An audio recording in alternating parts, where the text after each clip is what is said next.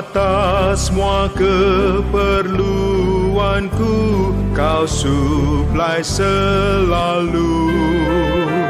Kau berikan berlimpah ruah, berguna di rohku. Oh Tuhan, Kaulah roh hayat, dekat akrab denganku, praktis mesra tak terkata manis, selalu baru.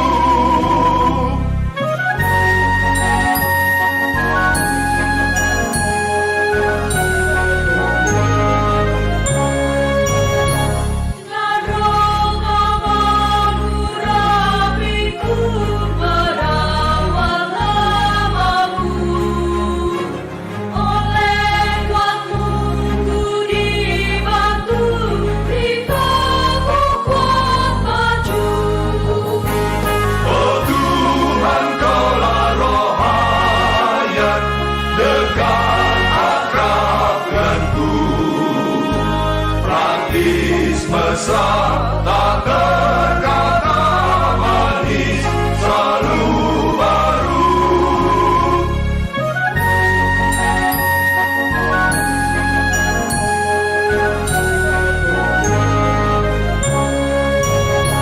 Dan roh Kau mengurapiku, merawat lemahku.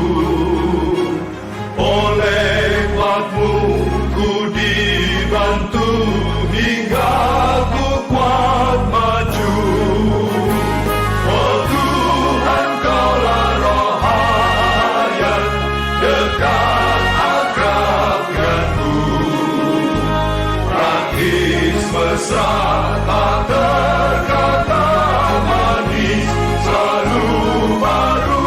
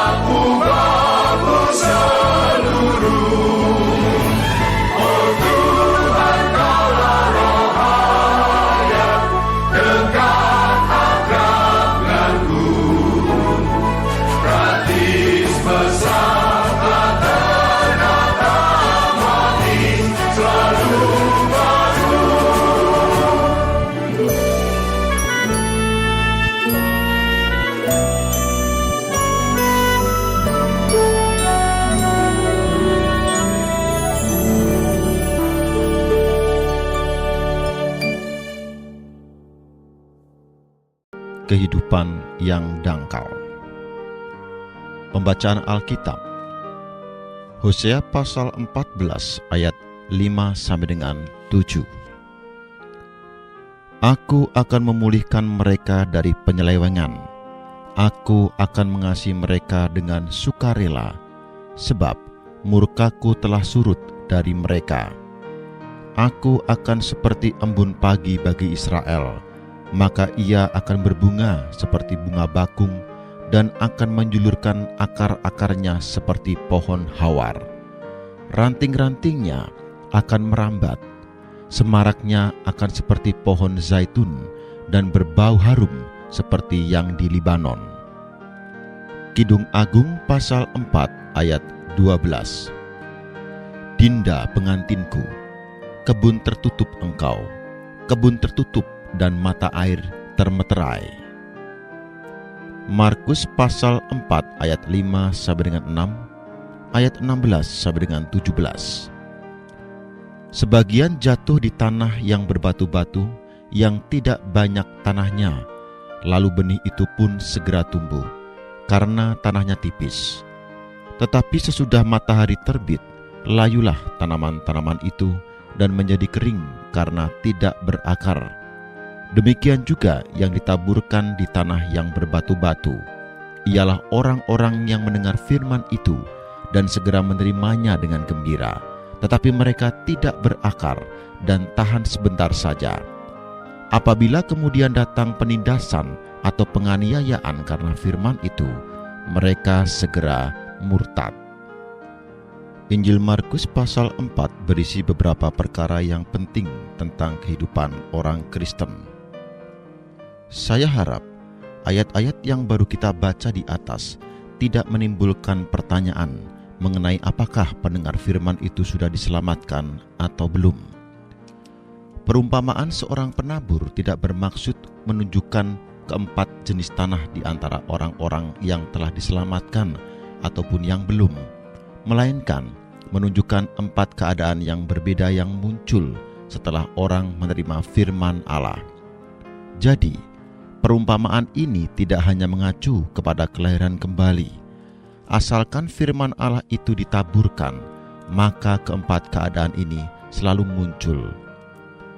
Ketika orang kafir menerima hayat kekal, maka macam-macam keadaan ini ada. Demikian pula orang-orang Kristen yang sedang bertumbuh di hadapan Allah. Jadi, prinsip dan pengajaran di sini adalah masalah bagaimana firman itu diterima.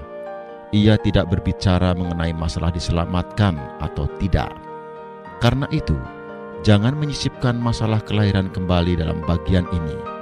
Bagian ini hanya memperlihatkan keadaan manusia yang berbeda-beda setelah ia menerima atau menolak firman Tuhan. Ini dapat diterapkan bukan hanya pada orang-orang kafir, tetapi juga pada kaum beriman. Sekarang di hadapan Allah dan oleh kemurahannya, saya ingin memperlihatkan kepada kita semua macam kehidupan yang bagaimana yang dapat menyukakan Allah, yang dapat memelihara kita, dan yang tahan uji. Kita perlu nampak sampai sejauh mana firman Allah harus bekerja di dalam kita, supaya kita benar-benar beroleh kemajuan. Saya tahu bahwa di hadapan Allah, kita mempunyai tuntutan rohani dan berharap untuk menjadi orang yang diperkenan Allah. Kita juga berharap dapat menempuh suatu kehidupan dan menampilkan suatu pekerjaan yang dapat diperkenannya. Benar, ini semua adalah apa yang kita kejar. Tetapi mengapa banyak orang gagal di tengah jalan? Mengapa banyak orang tidak mampu mencapai tujuan dalam perjalanan hidupnya? Berapa banyak orang yang sungguh-sungguh mutlak berserah kepada Tuhan, yang sungguh-sungguh mengikutinya sepanjang jalan? Ada banyak orang yang mempunyai permulaan yang baik, tetapi hanya sedikit yang melanjutkan untuk maju.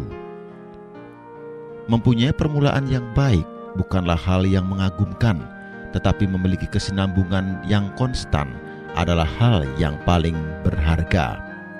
Mempunyai permulaan yang baik belum tentu diakhiri dengan kesinambungan pelaksanaan yang baik. Mereka yang taat pada awalnya mungkin tidak taat pada akhirnya. Dalam kitab Imamat, penilaian untuk orang yang berumur 20 tahun lebih tinggi daripada orang yang berumur 60 tahun. Mengapa demikian? Karena ada banyak orang yang benar-benar mutlak bagi Tuhan pada saat berumur 20 tahun, tetapi undur bahkan sebelum berumur 60 tahun. Berapa banyak orang yang mengikuti Tuhan sepanjang jalannya? Ketika Anda masih muda, Anda masih taat, tetapi mengapa Anda menjadi demikian sembarangan pada hari ini? Ada satu perbedaan yang mencolok antara beberapa tahun yang lalu dan hari ini. Oh, hatiku tidak sama seperti ketika aku mulai melayani beberapa tahun yang lalu. Mungkin dahulu Anda benar-benar dapat menyangkal diri dan rela memikul salib untuk mengikuti Tuhan. Mungkin pada hari-hari itu Anda rela menderita rugi dan menanggung derita untuk kehendak Allah. Namun, hari ini Anda tidak demikian lagi untuk perkara-perkara tersebut. Oh, ada berapa banyak orang yang mengikuti Tuhan sepanjang jalannya dan tidak berhenti di tengah jalan. Sebelum menjumpai kesulitan atau sesuatu yang bertolak belakang dengan harapan Anda, dengan mudah Anda dapat berkata kepada Tuhan, "Tuhan, aku mau taat kepadamu," tanpa menghiraukan berapapun harganya. Tetapi ketika Anda sadar bahwa kehendaknya berbeda dengan maksud Anda, bahwa pengaturannya dan harapan-harapan Anda tidak bersesuaian, dan bahwa gunung perselisihan terlalu tinggi untuk diatasi, maka Anda tidak dapat lagi mengucapkan perkataan-perkataan itu kepada Tuhan. Ketaatan kebanyakan orang Kristen hanya seperti ini. Awalnya, Anda melihat betapa pentingnya kehendak kekal Allah, betapa seriusnya ketetapan kekal kehendak Allah bagi Tuhan. Karena itu, Anda memutuskan bagaimanapun juga akan taat kepadanya. Kemudian, Anda mendapatkan bahwa jalan yang Anda tempuh dan harapan-harapannya berbeda dengan apa yang telah ditetapkan Allah bagi Anda. Anda mulai meletakkan kuk dan menghindari salib. Anda tidak sudi lagi mengikuti Tuhan sepanjang jalannya. Saudara-saudari, di hadapan Allah hanya ada satu kehidupan yang dapat memuliakan Allah, yaitu memikul salib sampai kesudahannya. Kita tidak dapat terhindar dari salib. Jika kita belum ditanggulangi oleh Tuhan, enggan untuk memikul salib dan mengikuti Dia, maka harinya akan tiba di mana kita tidak dapat bertahan lagi. Jika ego Anda belum tertanggulangi dan Anda belum berserah diri sepenuhnya sekarang dan untuk selama-lamanya, cepat atau lambat Anda akan berhadapan dengan satu masalah yang tidak dapat Anda atasi. Seperti hal-hal lain, kemajuan rohani yang palsu dapat memperdaya Anda. Tetapi akan tiba saatnya ego Anda membuat macet. Manusia dapat menyerahkan segalanya kecuali egonya. Namun jika diri atau ego belum ditanggulangi dengan tuntas, semuanya menjadi tidak berguna. Anda akan menganggapnya mustahil untuk mengikuti Tuhan karena harga yang harus dibayar terlalu tinggi. Sekarang kita akan melihat di manakah penyebabnya mengapa orang tidak dapat mengikuti Tuhan sepanjang jalan.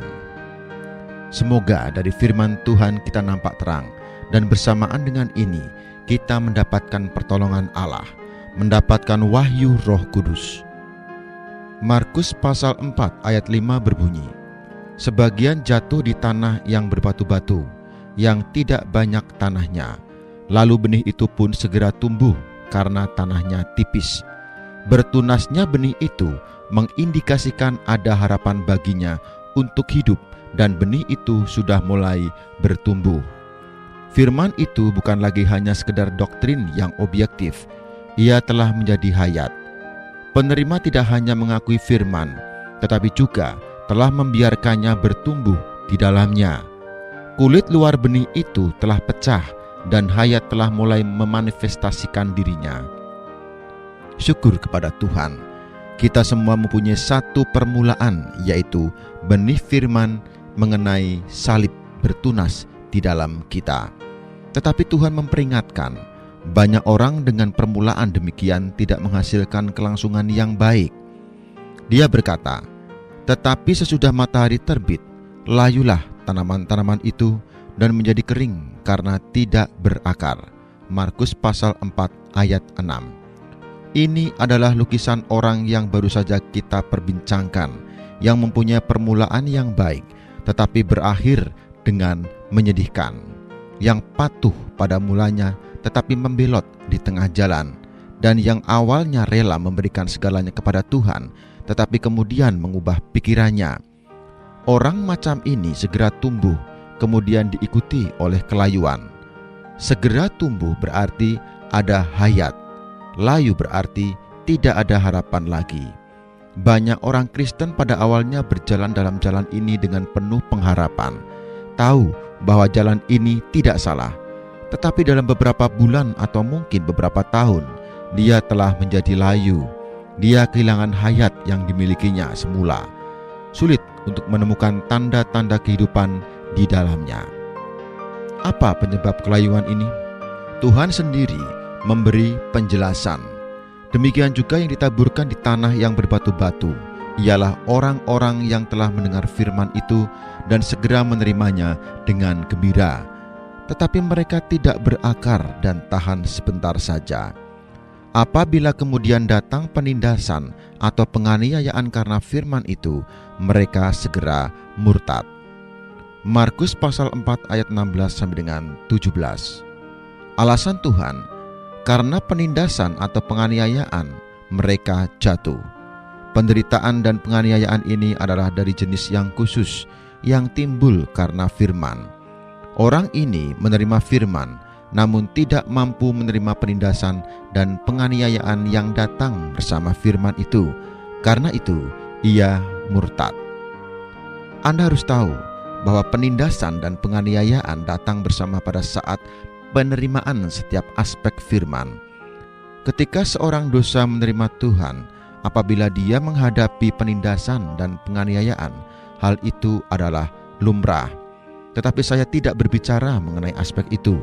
Saya mengatakan bahwa setiap orang Kristen yang menerima firman-Nya, firman yang manapun, pasti menghadapi penindasan dan penganiayaan sebagai akibat langsung.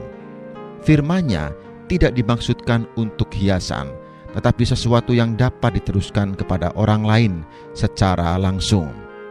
Kita boleh berlaku demikian dengan perkataan manusia, tetapi jangan dengan perkataan Allah.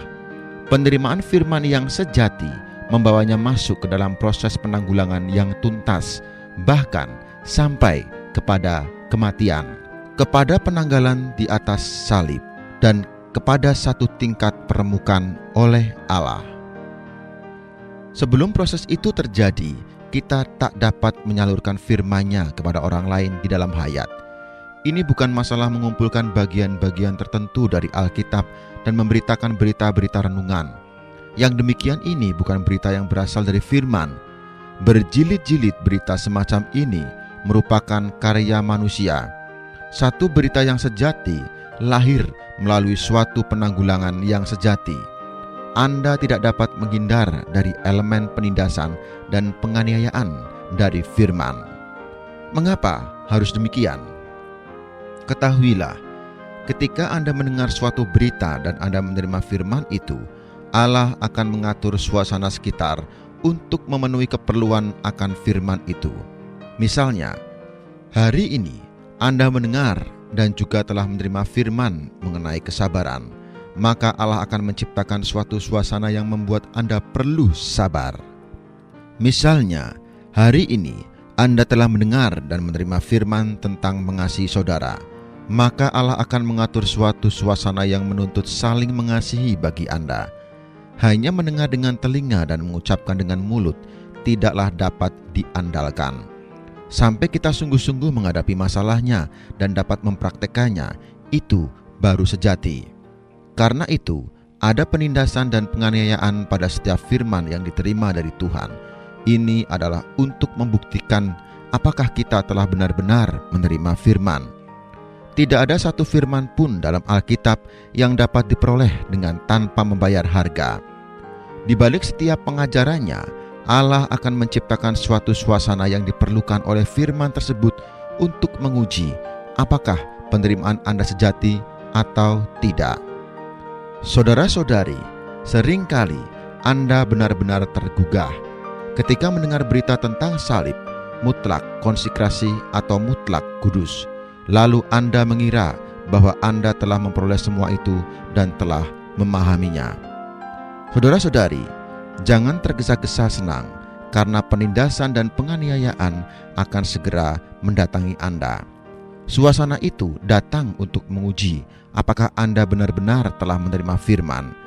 Jika penerimaan Anda sejati, penindasan dan penganiayaan itu hanyalah untuk membuktikannya.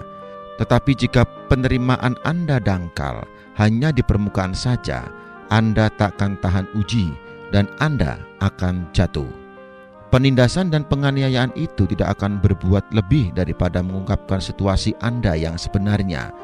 Mereka tidak akan merampas apa-apa yang sejati dari Anda. Mereka akan membuktikan apakah Anda benar-benar telah menerima firman itu. Mereka tidak akan menyebabkan Anda menolak firman. Ketika emas diuji dalam api, panas itu tidak akan mengubahnya menjadi tembaga. Api itu tidak akan mengubah sifatnya. Jika emas sepuhan, di dalamnya bukan emas murni, hanya lapisan luar yang kuning mengkilat, maka begitu melewati api, sifat logam di dalamnya akan tersingkapkan. Hanya mendengar berita tertentu dari firman Allah tidak menjamin bahwa Anda memilikinya. Allah harus menguji untuk membuktikan apakah Anda benar-benar memilikinya. Banyak orang telah mendengar berita tentang salib, namun mereka tidak mau membayar harganya. Dalam pengalaman, mereka tidak pernah menyangkal diri untuk memikul salib. Namun, pembicaraannya penuh dengan hal-hal ketaatan dan doa-doanya penuh dengan penyangkalan diri. Saudara-saudari, ketahuilah, Tuhan akan segera mengirimkan matahari. Jika Anda benar-benar mempunyai hayat dan akar, dan jika sikap Anda terhadap Tuhan murni, maka matahari ini dapat membantu Anda bertumbuh. Tetapi jika Anda tidak berakar, Anda akan layu segera setelah kepanasan. Semua pengujian adalah untuk pertumbuhan kita. Jika Anda tidak murni untuk Tuhan, pengujian itu akan mengungkapkan segala sesuatu yang palsu dan menipu. Kemudian, Anda akan melihat situasi batiniah Anda yang sesungguhnya. Saudara-saudari, tahukah Anda matahari melambangkan apa? Tahukah Anda penindasan atau penganiayaan karena firman itu berbicara mengenai apa? Ini berbicara mengenai operasi salib, dan salib adalah ekspresi kasih Tuhan yang paling agung. Tidak ada satu hal pun yang dapat membina kita lebih baik daripada salib. Juga, tidak ada ujian yang lebih baik daripada salib. Salib memisahkan semua orang di dunia menjadi dua sisi, menang pada satu sisi dan kalah pada sisi yang lain. Perbedaan Anda dan saya dengan orang lain adalah salib. Salib akan memisahkan keduanya. Saya tahu banyak orang yang pada awalnya serupa dengan orang dunia. Mereka gembira di dalam dunia, namun sekarang telah menerima terang dan mendapatkan wahyu Allah, lalu berketetapan. Sejak kini akan baik-baik melayani Tuhan, menjadi murid Tuhan, tidak memedulikan segalanya dan ikut Tuhan. Demikianlah Anda merasa yakin dapat mengikutinya sepanjang jalan. Namun ingatlah, jika Anda berpikir demikian, berarti Anda telah tertipu, karena Anda tidak mengetahui keadaan Anda yang sebenarnya. Allah tidak akan membiarkan Anda selamanya tidak mengenal keadaan diri sendiri yang sebenarnya. Maka Dia akan bekerja untuk membuat Anda tahu diri Anda yang sebenarnya. Karena Anda menilai diri sendiri terlalu tinggi, maka Allah harus menguji Anda. Karena Dia tidak dapat membiarkan Anda selamanya tinggal di dalam kegelapan, maka Dia menaruh salib pada kehidupan Anda, agar Anda nampak diri Anda sendiri. Sampai suatu hari, Anda akan berbantahan dengan Allah. Anda akan bermasalah dengan Allah. Saya khawatir, banyak orang Kristen telah berbantahan dengan Allah. Ketika suatu hari Anda nampak bahwa apa yang akan Anda hadapi tidak sesuai dengan apa yang Anda harapkan dari Allah, ketika suatu hari Anda menemukan bahwa apa yang Allah kerjakan tidak sesuai dengan apa yang Anda pikirkan, apa yang sebenarnya tidak Anda harapkan ternyata merupakan kehendak-Nya, apa yang tidak Anda harapkan ternyata telah Allah lakukan, Anda merasa sangat sulit menerimanya, dan dalam hati Anda merasa bahwa Allah telah salah bertindak. Ketika Anda nampak apa yang Allah katakan tidak seperti apa yang Anda katakan, ketika Anda nampak bahwa tindakan Anda berbeda dengan tindakan Allah, ketika Anda nampak bahwa tempat yang ingin Allah datangi adalah tempat yang tidak ingin Anda datangi, ketika Anda merasa tidak puas atas segala pengaturan Allah bagi Anda mulai beralasan, bergumul dan bertanya-tanya mengapa Allah berbuat demikian. Anda membenci Allah, salah paham terhadap Allah.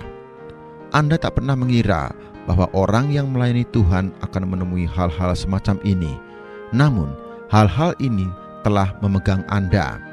Hal-hal yang tidak pernah ada dalam rencana Anda atas usaha Anda, rumah tangga Anda, sekolah Anda, kini telah ada di mana-mana. Karena itu, Anda berbantahan dengan Allah dan menyalahkan Allah. Oh saudara-saudari, ketahuilah, perbantahan ini akan mengakibatkan Anda layu, gersang. Saudara-saudari, ingatlah, semua kelayuan atau kegersangan hayat rohani dimulai dari berbantahan dengan Allah, tidak rela menyerah kepada Allah. Oh, tidak ada satu perbantahan pun yang tidak diikuti oleh kekalahan. Jika Allah kalah dan Anda menang, Anda pasti layu. Oleh karena itu, di hadapan Allah, salib selalu merupakan penguji bagi kita untuk menentukan apakah kita akan hidup berkelimpahan atau layu.